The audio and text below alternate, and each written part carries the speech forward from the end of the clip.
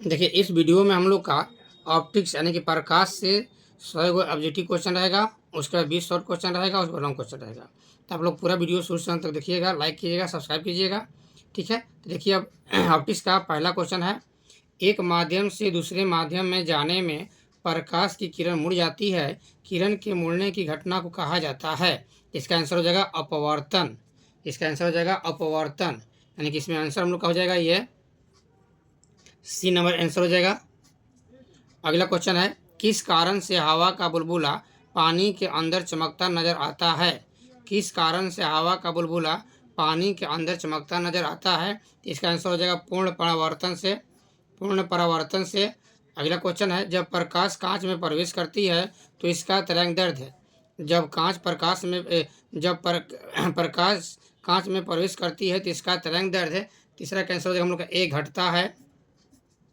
जल और कांच का अपवर्तनांक क्रमशः 4/3 और 3/2 है। जल और कांच का अपवर्तनांक क्रमशः 4/3 और 3/2 है। जल का कांच की अपेक्षा अपवर्तनांक होगा, तो इसका आंसर हो जाएगा हम लोग का 8/9। ये सब सोल्यूशन बताए हैं पीछे वाला वीडियो में, आप लोग पीछे वाला वीडियो निकाल सोल्यूशन देख सकते हैं। यहाँ खाली हम आंसर बताएंगे कि एग्जाम नज़दीक हम लोग का है, आंसर आप लोग रट जाइएगा। अगला क्वेश्चन है, पानी तथा कांच का अपवर्तनांक क्रमशः 4/3 तथा 5/3 है। एक प्रकाश की किरण कांच से पानी में जा रही है तो क्रांति कोण क्या होगा? 5 का आंसर हम लोग का ए नंबर हो जाएगा साइन इनवर्स 4/5।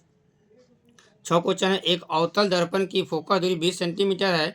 किसी वस्तु की दो स्थितियों के बीच की दूरी जिन पर वस्तु के प्रतिबिंब का आकार दुगना होगा। इसका आंसर हो जाएगा हम लोग 6 का ए 20 सेंटीमीटर। क्वेश्चन नंबर 7 देखिए, एक उत्तल दर्पण की फोकस दूरी 10 सेंटीमीटर है, तो बताएं कि निम्नलिखित में कौन सही है? तो इसका आंसर हो जाएगा हम लोग का 7 का डी नंबर, यानी कि ए और बी दोनों गलत है, यानी कि 20 सेंटीमीटर वाला भी ए भी दोनों हम लोग का गलत है। अब क्वेश्चन नंबर 8 देखिएगा,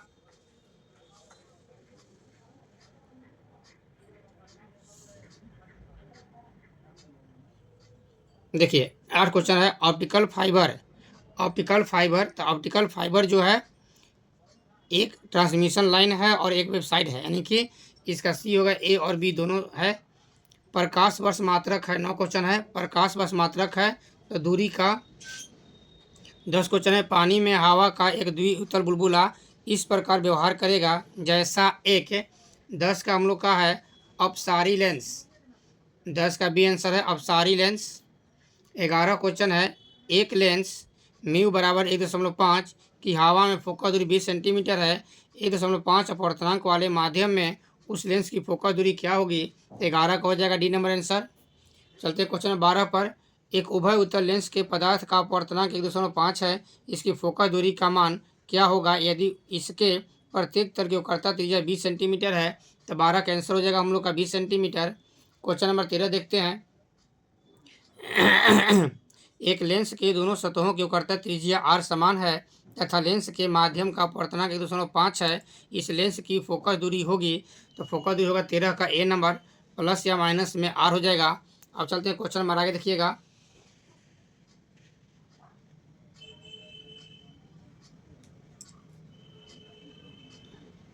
क्वेश्चन नंबर देखिए 14, शीशे का एक द्विउतल लेंस जिसका अपवर्तनांक μ1 है, एक माध्यम जिसका अपवर्तनांक μ2 है में डाल दिया जाता है। अब यदि प्रकाश की समांतर किरणें लेंस से अपसरित होकर निकले तो? 14 आंसर हम लोग का है बी, μ1 बड़ा, μ1 जो है छोटा है μ2 से। क्वेश्चन नंबर 15 हम लोग का है, एक उत्तल लेंस ऐसे पदार्थ का बना है जिसका अपवर्तनांक 1.5 है। इस लेंस को यदि पानी यानी कि म्यू बराबर 1.33 में डाल दिया जाए तो यह किसके समान व्यवहार करेगा? 15 हम लोग का आंसर हो जाएगा अभिसारी लेंस जैसा। 16 है, लेंस द्वारा कितने प्रतिबिंब बनेंगे यदि वस्तु को मुख्य अक्ष पर रखा जाए? जैसे फिगर हो गया, ये फिगर में ये मुख्य अक्ष पर वस्तु है, ठीक है, तो कितने प्रतिबिंब बनेंगे? तो इसका आंसर हो जाएगा हम लोग का बी 3, क्योंकि यहाँ पर 3 लिखा हुआ है तो यहाँ पर जो लिखा रहेगा उतना ही प्रतिबिंब बनेगा, ठीक ना। अब क्वेश्चन नंबर देखते हैं 17 16 तक हो गया हम लोग। देखिए क्वेश्चन नंबर 17 कह रहा है, एक उत्तल लेंस म्यू बराबर 1.5 को पानी म्यू बराबर 1.33 में डुबाया जाता है तो उसकी क्षमता उसकी क्षमता कह रहा है तो उसकी क्षमता जो है वो घट जाती है। फोकस दूरी कहता है तो बढ़ जाती है। फोकस दूरी बढ़ता है और क्षमता घटता है। 18 क्वेश्चन देखिएगा, कांच के उत्तल लेंस को जब पानी में डुबाया जाता है तब यह हो जाता है।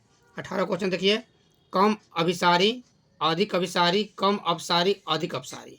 18 क्वेश्चन हम लोग का है तो कम अपसारी होगा। 19 क्वेश्चन है, जब किसी उत्तल लेंस जिसका अपवर्तनांक 1.5 तथा फोकस दूरी f को पानी में डुबाया जाता है तब उसकी फोकस दूरी, तो फोकस दूरी बताया है ना, फोकस दूरी बढ़ जाता है। तो 19 का आंसर हम लोग का हो जाएगा ए, एफ से बड़ी हो जाती है। 20 कह रहा है कि जब श्वेत प्रकाश की किरण लेंस में प्रवेश करती है तो निम्नलिखित में से किसमें परिवर्तन होता है। 20, वेग और तरंग दैर्ध्य में, तरंग दैर्ध्य में, वेग में, आवृत्ति में। तो वेग और तरंग दैर्ध्य हो जाएगा। 21 क्वेश्चन कह रहा है कि 2 डायोप्टर और -3.5 डायोप्टर के 2 लेंस संपर्क में रखे गए हैं, संयोग की क्षमता होगी। 21 नंबर क्वेश्चन है, तो इसमें हो जाएगा -1.5 डायोप्टर। क्वेश्चन नंबर 22 है, ए फोकस दूरी के उत्तल लेंस से किसी वस्तु का वास्तविक प्रतिबिंब बनाने के लिए वस्तु और पर्दे के बीच कम से कम कितनी फोकस दूरी होनी चाहिए। 22 क्वेश्चन है, तो 22 का हो जाएगा हम लोग का 4f। क्वेश्चन नंबर 23 देखिएगा,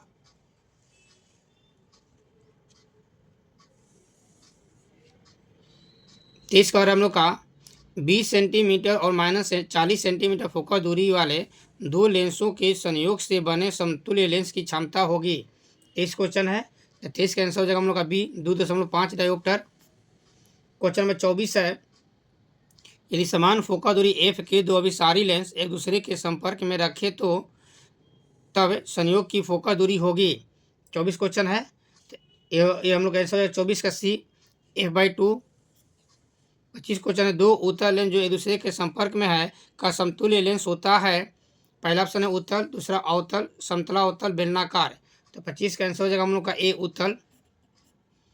26 देखिएगा आंसर, 2 लेंस जिनकी क्षमता -15 डायोप्टर और +5 डायोप्टर है को संयुक्त बनाने पर संयोजन की फोकस दूरी होगी।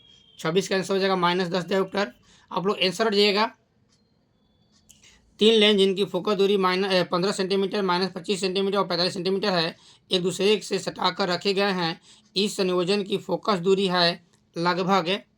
27 क्वेश्चन हम लोग का है, 27 का आंसर हो जाएगा हम लोग का सी, 20 सेंटीमीटर। एक सरल सूक्ष्मदर्शी से बना हुआ प्रतिबिंब होता है, एक सरल सूक्ष्मदर्शी से बना हुआ प्रतिबिंब होता है।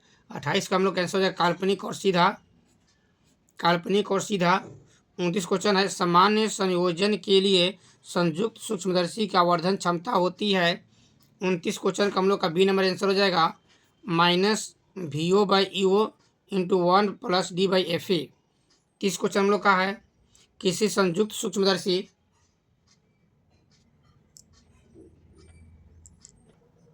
28 क्वेश्चन कह रहा हम लोग का, देखिए 28 क्वेश्चन, एक सरल सूक्ष्मदर्शी से बना हुआ प्रतिबिंब होता है, तो काल्पनिक और सीधा आंसर हो जाएगा। सामान्य संयोजन के लिए संयुक्त सूक्ष्मदर्शी का आवर्धन क्षमता होती है, तो -VO/EO × 1 + D/FE। 30 क्वेश्चन हम लोग का है, किसी संयुक्त सूक्ष्मदर्शी का आवर्धन क्षमता नली की लंबाई के 30 आंसर हो जाएगा हम लोग का। 30 का आंसर हो जाएगा हम लोग का ये डी नंबर, बढ़ाने पर सीधे रूप से बढ़ती है। 31 क्वेश्चन देखिएगा, जब माइक्रोस्कोप की नली की लंबाई बढ़ाई जाती है तब आवर्धन क्षमता, 31 क्वेश्चन हम लोग का है, बढ़ेगी। 32 क्वेश्चन हम लोग का है, खगोलीय दूरबीन में अंतिम प्रतिबिंब होता है, तो खगोलीय दूरबीन में अंतिम प्रतिबिंब होता हम लोग का है काल्पनिक और उल्टा, यानी कि ये सी नंबर हो जाएगा। अब चलते हैं क्वेश्चन नंबर 33 पर। 33 कह रहा है, किसी खगोलीय दूरदर्शक में लेंसों की क्षमता 0.5 डायोप्टर एवं 20 डायोप्टर है, उसकी आवर्धन क्षमता होगी। 33 क्वेश्चन हम लोग का है, तो 33 का डी हो जाएगा 40। 34 क्वेश्चन है, यदि किसी दूरदर्शक के अवदृश्यक एवं नेत्रिका की फोकस दूरियां क्रमशः 20 सेंटीमीटर एवं 2 सेंटीमीटर है, इस दूरदर्शक की आवर्धन क्षमता होगी। तो इसका आंसर हो जाएगा हम लोग का 34 का सी, 10 सेंटीमीटर। 35 है समान संयोजन में खगोलीय दूरबीन की लंबाई होगी, तो समान संयोजन में खगोलीय दूरबीन की लंबाई होती है FO + FE, यानी कि डी नंबर आंसर हो जाएगा। चलते क्वेश्चन नंबर 36 पर।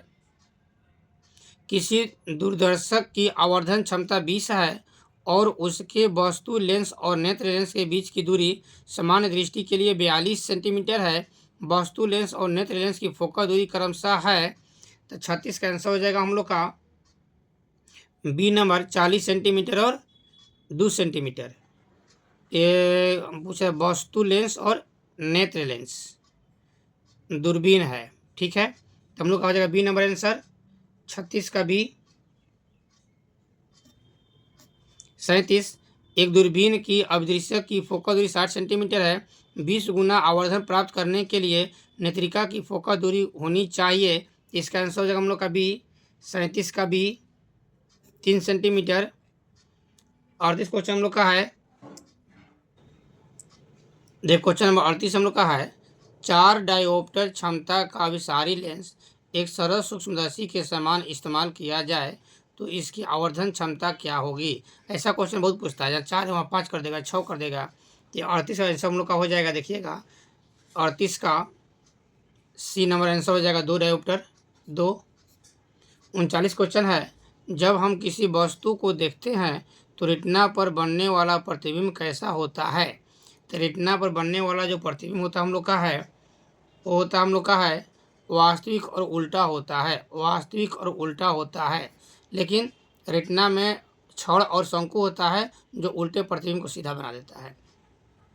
40 क्वेश्चन है विभिन्न तौलों में कर्निया की वक्रता से जो दृष्टि दोष होता है उसे कहते हैं, तो उसे कहते हैं हम लोग अस्टिग्मेटिज्म।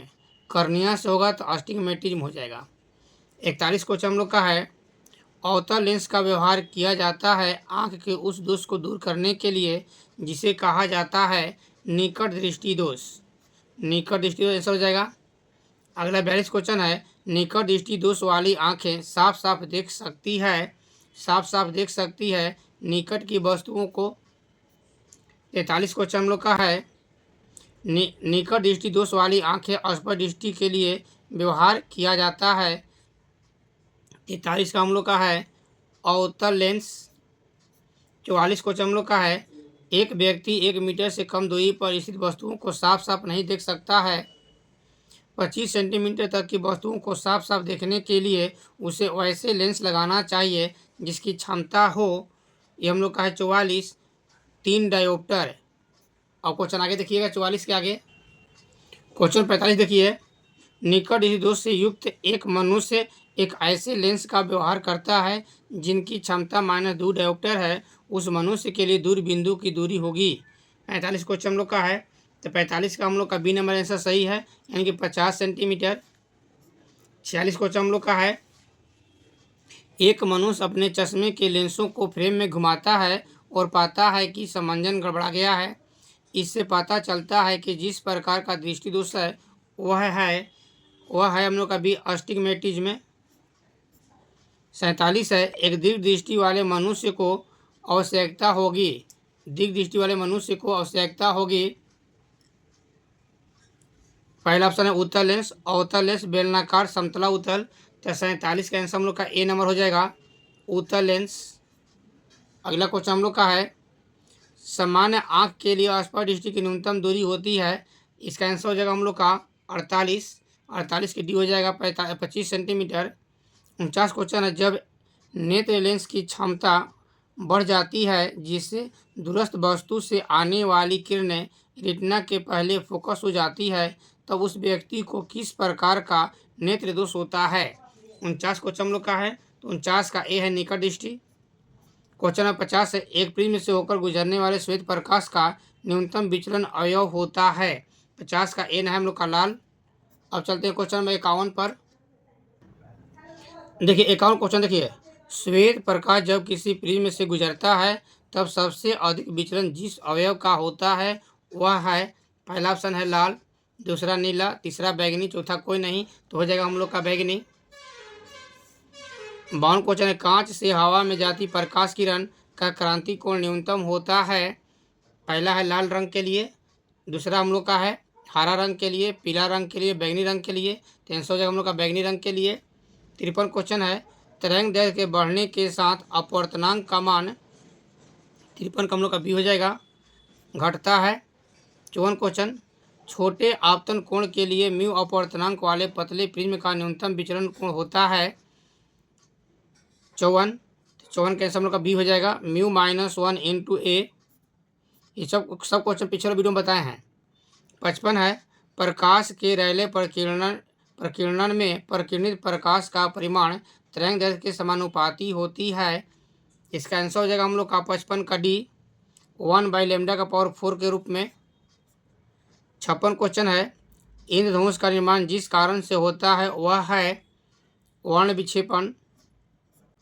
57 क्वेश्चन है, प्राथमिक इंद्रधनुष बनता है सूर्य के प्रकाश का वर्षा की बूंदों में। 57 क्वेश्चन हम लोग का है, 2 बार आंतरिक परावर्तन और 1 बार परावर्तन से। ये हो जाएगा 2 बार आंतरिक और 1 बार आंतरिक परावर्तन से, यानी कि सी नंबर आंसर हो जाएगा। 58 क्वेश्चन है, देखिएगा 58।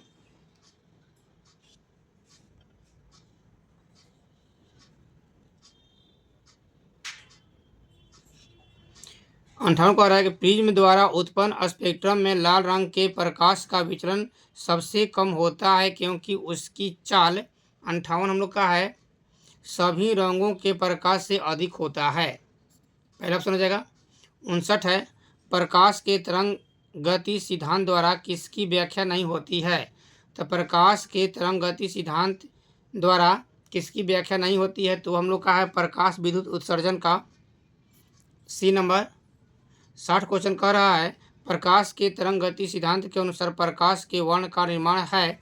60 क्वेश्चन का आंसर हो जाएगा सी, आवृत्ति।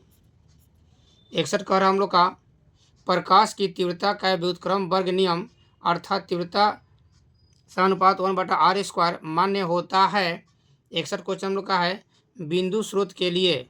62 क्वेश्चन है, प्रकाश की किरण जब एक माध्यम से दूसरे माध्यम में गमन करती है तो निम्नलिखित में कौन नहीं बदलता है। इसमें हो जाएगा आवृत्ति।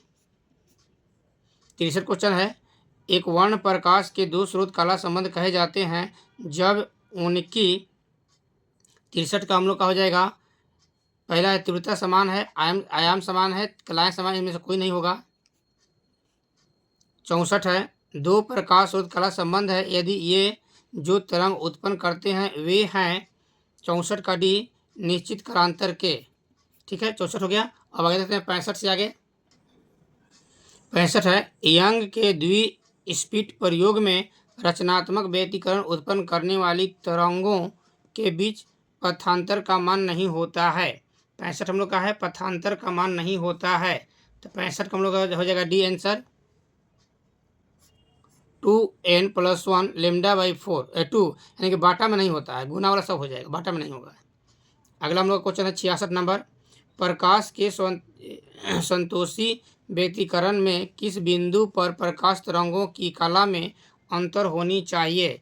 66 का हो जाएगा हम लोग का बी, λ/2 का समगुणज। 67 हम लोग का है, विनाशकारी व्यतिकरण के लिए पथांतर बराबर होनी चाहिए 2n+1 λ/2। 68 हम लोग का है, रचनात्मक व्यतिकरण के लिए किसी बिंदु पर पहुंचने वाली 2 तरंगों के बीच कालांतर होनी चाहिए, ये 68 है, शून्य आंसर हो जाएगा। 69 है, जब स्रोत और पर्दे के बीच की दूरी बढ़ा दी जाती है तब फ्रिंज की चौड़ाई 69 का ए बढ़ती है। 70, 2 कलाबद्ध स्रोतों के कारण प्रकाश के व्यतिकरण में फ्रिंज की चौड़ाई होती है तरंग के समानुपाती। 70 तक हो गया। अब आगे देखते हैं 70 से आगे।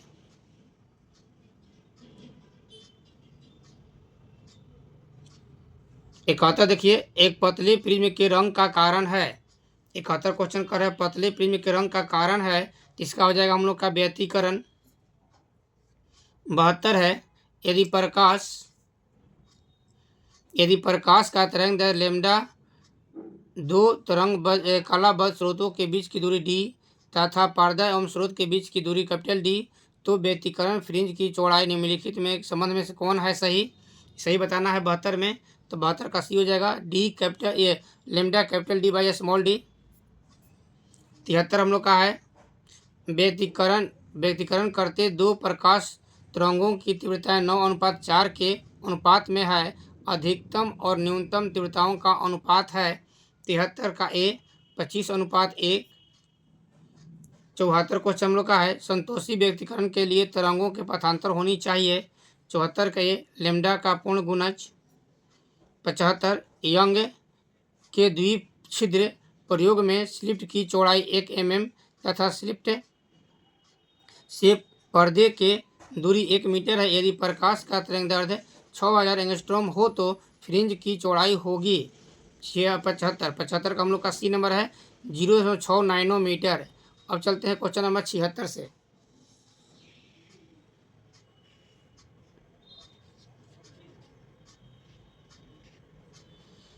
76 का हम लोग का यंग के दो रेखा छिद्रों वाले प्रयोग में एक रेखा छिद्र के सामने टी मोटाई तथा म्यू अपवर्तनांक के बने एक प्लेट को रख दिया जाता है। फ्रिंज पैटर्न के केंद्र पर प्रकाश की तीव्रता 0 हो। इसके लिए प्लेट की न्यूनतम मोटाई होनी चाहिए 76।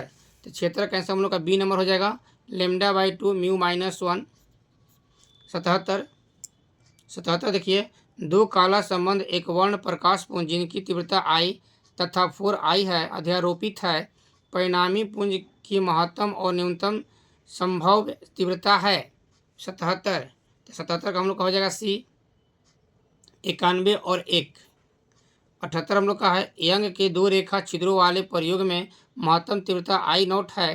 प्रयोग के जिस एक वर्ण प्रकाश का उपयोग किया जाता है उसका तीव्रता लेमडा है। रेखा छिद्रों के बीच की दूरी d बराबर 5 लेमडा है। एक रेखा छिद्र के ठीक सामने 10 d की दूरी पर स्थित पर्दे पर प्रकाश की तीव्रता होगी। इसका आंसर हो जाएगा हम लोग का ए नंबर I0/2। 79 क्वेश्चन यंग के दो रेखा छिद्रों वाले प्रयोग में यदि रेखा छिद्र और पर्दे के बीच की दूरी दुगनी कर दी जाए तथा रेखा छिद्र के बीच की दूरी आधी कर दी जाए तो फ्रिंज की चौड़ाई हो जाएगी 79 का बी नंबर 4 गुना 79 हो गया। अब चलते हैं 80 क्वेश्चन पर। 80 क्वेश्चन हम लोग का है जब प्रकाश की किरण एक माध्यम से दूसरे माध्यम में जाती है तब उसके मुड़ने की क्रिया को कहते हैं। 80 क्वेश्चन हम लोग का है मुड़ने की क्रिया को कहते हैं। इसका आंसर हो जाएगा अपवर्तन। 81 क्वेश्चन है प्रकाश किरण के तीखे कोर पर से मुड़ने की घटना को कहते हैं। 81 का बी हो जाएगा विवर्तन। 82 फ्रेनेल दूरी ZF का मान होता है ZF का मान होता है A² लेमडा। 82 क्वेश्चन है 83 क्वेश्चन है 83 क्वेश्चन है प्रकाश तरंगों की प्रकृति होती है। तो प्रकाश तरंगों की प्रकृति होती है हम लोग का अनुप्रस्थ। अध्वनि तरंग कहेगा तो अनुदैर्ध्य हो जाता है। प्रकाश तरंग कहेगा अनुप्रस्थ होता है। 84 हम लोग का है प्रकाश की अनुप्रस्थ तरंग प्रवृत्ति पुष्टि करता है ध्रुवण का। 85 है ब्रूस्टर का नियम है म्यू = 10 IP। 86 क्वेश्चन है इनमें कौन चलनात्मक अनावेशण द्वारा समतल ध्रुवित प्रकाश होता है। 86 का सी नंबर हम लोग का है ए और बी दोनों सही है क्वार्टज क्रिस्टल और पोलराइड। 87 क्वेश्चन है 0.01 × 10⁻² मीटर से विलग दो काला संबंध स्रोत से 0.6 × 10⁻² मीटर चौड़ी फ्रिंजें स्रोत से 1 मीटर की दूरी पर रखे पर्दे पर प्राप्त होती है। व्यवहार किए गए प्रकाश का तरंग दैर्ध्य है 87 का हम लोग का हो जाएगा सी नंबर 6 × 10⁻7 मीटर। 88 हम लोग का है दो काला संबंध एक वर्ण प्रकाश पुंज जिनकी तीव्रताओं का अनुपात 1:4 है एक दूसरे पर अध्यारोपित है। महत्तम और न्यूनतम तीव्रताओं का अनुपात होगा 88 का हम लोग का हो जाएगा डी 9:1।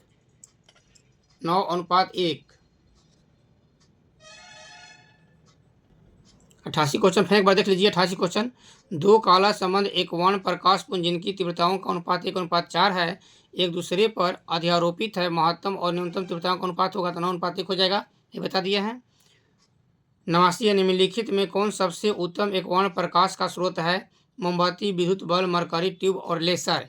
89 का आंसर हो जाएगा हम लोग का डी लेसर।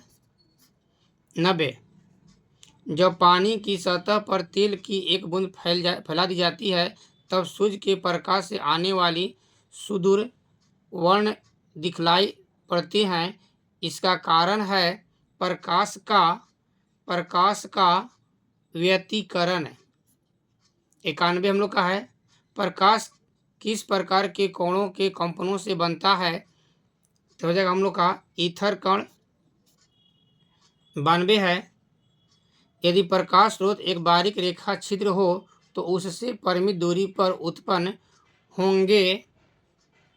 92 का हम लोग का बी है, बेलनाकार तरंगार्घ। 93 अज्ञात आकार वाले एक सुदूर स्थित स्रोत से आने वाले प्रकाश का तरंगार्घ होगा लगभग समतल। 94 क्वेश्चन है, माध्यम द्वारा श्वेत प्रकाश का विक्षेपण तभी संभव होता है जब माध्यम होता है। 94 का हम लोग का हो जाएगा डी नंबर आंसर, आयाम। अब चलते हैं आगे 96 से। 96 है, किसी प्रिज्म की वर्ण विक्षेपण क्षमता निर्भर करती है। 96 का हम लोग का है बी नंबर आंसर, प्रिज्म के पदार्थ की प्रकृति पर। 97 हम लोग का है, एक संयुक्त सूक्ष्मदर्शी में अभिदृश्यक द्वारा किसी वस्तु से बना प्रतिबिंब होता है। इसका आंसर हम लोग का सी है, वास्तविक, उल्टा और आवर्धित। 98 है, एक द्विउत्तल लेंस की वक्रता त्रिज्या 10 सेंटीमीटर 15 सेंटीमीटर है। यदि इसके पदार्थ का अपवर्तनांक 1.5 हो तो उसकी फोकस दूरी होगी। 98 का ए नंबर 12 सेंटीमीटर। 99 है, वस्तु से छोटी आभासी प्रतिबिंब निम्नलिखित में से किस दर्पण से प्राप्त होता है? इसका हो जाएगा हम लोग का उत्तल लेंस, उत्तल दर्पण से। अंतिम क्वेश्चन 100 है, 100 क्वेश्चन है, वस्तु से बड़ा आभासी प्रतिबिंब किस दर्पण से बनता है? इसमें हो जाएगा हम लोग अवतल दर्पण। ठीक है, इस तरह से हम लोग का 100 ऑब्जेक्टिव क्वेश्चन हो गया। अब इसमें 20 को शॉर्ट क्वेश्चन रहेगा और 6 लॉन्ग क्वेश्चन रहेगा। तो आप लोग पूरा वीडियो शुरू से अंत तक देखिए। तो अब देखिए शॉर्ट क्वेश्चन जो 20 को है, देखिए अब इसमें हम लोग का 20 को शॉर्ट क्वेश्चन है। पहला क्वेश्चन है, अपवर्तनांक से आप क्या समझते हैं? इसका सूत्र लिखें। जल, कांच, बर्फ और हीरा का अपवर्तनांक लिखें। दूसरा क्वेश्चन, पूर्ण आंतरिक परिवर्तन क्या है? इसका आवश्यक शर्त लिखें। पार्थिव विस्थापन क्या है? सूत्र लिखें। क्रांति कोण एवं अपवर्तनांक भी संबंध स्थापित करें। तारे क्यों टिमटिमाते हैं या हीरा क्यों चमकता है? अगला देखिएगा 6 क्वेश्चन है, लेंस की क्षमता से आप क्या समझते हैं? इसका सूत्र एवं ऐसा मात्रक लिखें। कांच के बने एक द्विउत्तल लेंस को वक्रता त्रिज्या 15 सेंटीमीटर 20 सेंटीमीटर है। तो लेंस की फोकस दूरी निकालना है। कांच का अपवर्तनांक दिया 1.5। 8 क्वेश्चन है, कांच का एक उत्तल लेंस पूरी तरह से पानी में डूबा हुआ है। हवा की अपेक्षा फोकस दूरी बढ़ेगी घटेगी, अपने उत्तर का कारण देना है। 9 नंबर क्वेश्चन हम लोग का है, संयुक्त सूक्ष्मदर्शी का विदिशा का दौरा छोटा क्यों होता है? 10 नंबर क्वेश्चन है, 20 सेंटीमीटर फोकस दूरी के उत्तल लेंस एक 10 सेंटीमीटर फोकस दूरी के अवतल लेंस के साथ संपर्क में रखा जाता है। इस संयोजन की क्षमता क्या होगी? 11 क्वेश्चन है, ब्रूस्टर का नियम लिखें एवं सत्यापित करें। 12 है, व्यक्तिकरण विवर्तन में अंतर स्पष्ट करें। 13 है, कलांतर एवं पथांतर से आप क्या समझते हैं? 14 है, प्रकाश वर्ष क्या है? इसका ऐसे मात्रक लिखें। 15 है, आकाश नीला क्यों दिखता है या सूर्योदय सूर्यास्त के समय क्षितिज लाल दिखाई पड़ता है, क्यों? अगला देखिए क्वेश्चन नंबर 16। 16 क्वेश्चन है, इंद्रधनुष कब दिखाई पड़ता है? प्राथमिक एवं द्वितीयक इंद्र बनने का शर्त लिखें। 17 है, फ्राउनहोफर रेखा क्या है? सबसे पहले कितनी फ्राउनहोफर रेखा देखी जा चुकी है? 18 कोणीय वर्ण विक्षेपण रहित विचलन एवं विचलन वर्ण विक्षेपण से आप क्या समझते हैं? सूत्र लिखें। 19 क्वेश्चन हम लोग का है, प्रकाश का ध्रुवण एवं ध्रुवण कोण क्या है? 20 है, पोलराइड क्या है? समझाएं। उसके बाद लॉन्ग क्वेश्चन हम लोग का है। लॉन्ग क्वेश्चन पहला है, न्यूनतम विचलन क्या है? प्रिज्म का सूत्र प्राप्त करना है, ये वाला। दूसरा क्वेश्चन है, सिद्ध करें कि μ1/u minus μ2/v is equal to μ1 minus μ2/r। तीसरा क्वेश्चन है, लेंस मेकर सूत्र प्राप्त करें, यानी कि 1/f is equal to μ minus 1/r1 minus 1/r2। चौथा क्वेश्चन है, संयुक्त सूक्ष्मदर्शी की बनावट एवं आवर्धन क्षमता का व्यंजक प्राप्त करें। पांचवा क्वेश्चन, दूरबीन क्या है? खगोलीय दूरबीन की बनावट एवं आवर्धन क्षमता का व्यंजक प्राप्त करें जब अंतिम प्रतिबिंब स्पष्ट दृष्टि की न्यूनतम दूरी पर बनता है। और अंतिम 6 क्वेश्चन है, मानव नेत्र का सचित्र वर्णन करें। इस तरह से लाइट में हम लोग का 100 हो गया MCQ, 100 MCQ हो गया। प्लस इसमें शॉर्ट क्वेश्चन 20 हो गया।